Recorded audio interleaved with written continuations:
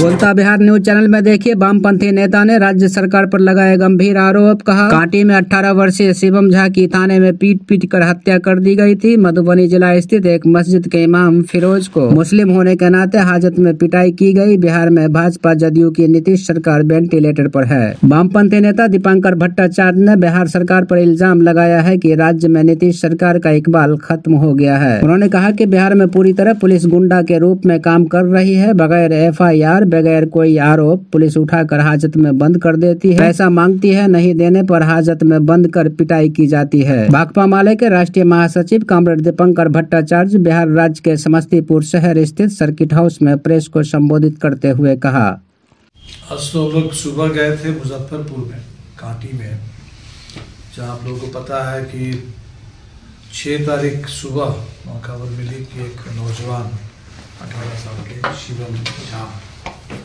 थाने में उसकी मौत हो गई। पुलिस का कहना है कि उसने आत्महत्या की।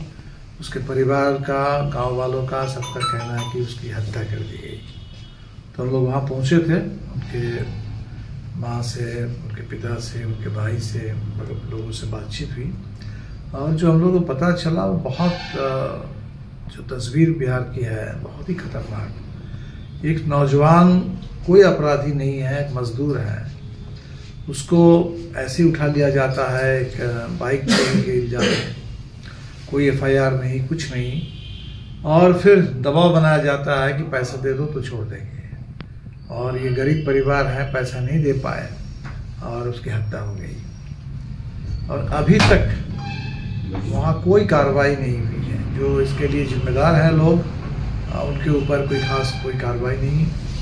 तो इसके बाद हम लोग आए थे मधुबनी, जहाँ आपको पता है कि 29 तारीख को इमाम मोहम्मद फिरोज वाहन चेकिंग के नाम पर उनकी पूरी तरीके से पिटाई की गई और उनको अपमानित किया गया।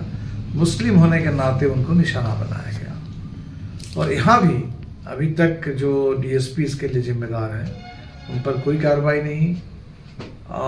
इनका जो इलाज भी अभी तक हुआ है, कोई प्रशासन की ओर से इलाज नहीं कराया गया, और बल्कि उनको जो छोड़ा भी गया वो भी पैसे लेकर के छोड़ा गया।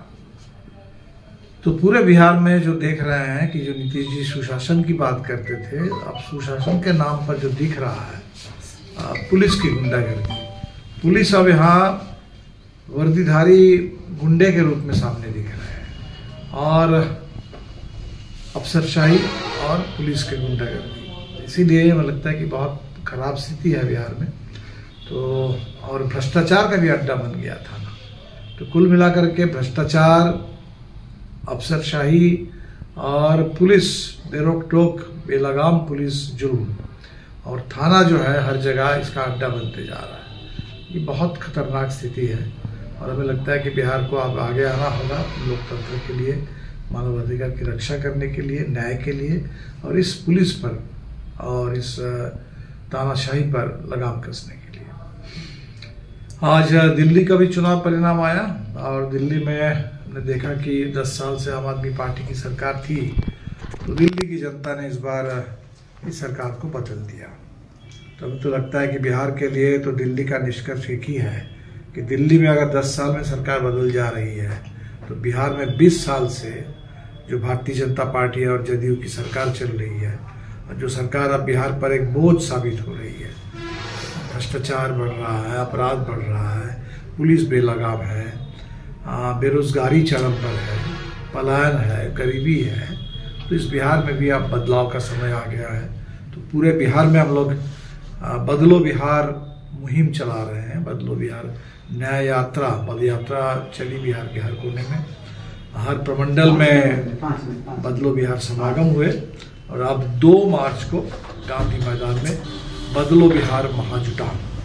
अभी तो इस महाजुटान की तैयारी में हम लोग लगे हैं, और जहाँ भी जितनी ऐसी घटनाएं घटी है, जहाँ मानवाधिकार पर हमला, न्याय की जगह पर अन्याय, तो वो सब तमाम सवालों को लेकर के विधानसभा के अंदर और बाहर लोग लड़ाई को तेज करेंगे।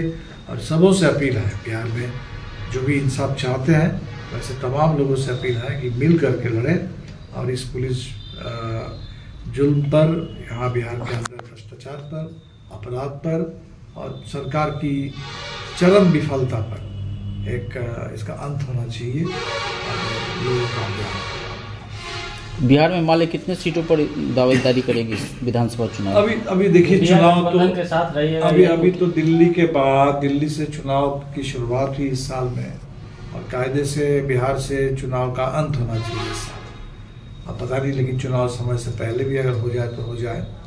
तो अभी हमें लगता है कि बिहार के लिए जो जरूरी सवाल है वो है कि बिहार के चुनाव का एजेंडा सेट हो, क्योंकि भारतीय जनता पार्टी हमने झारखंड में जो देखा था कि जब चुनाव आया तो वो चाहती थी कि भाई वहाँ बांग्लादेश के सवाल पर चुनाव हो जाए।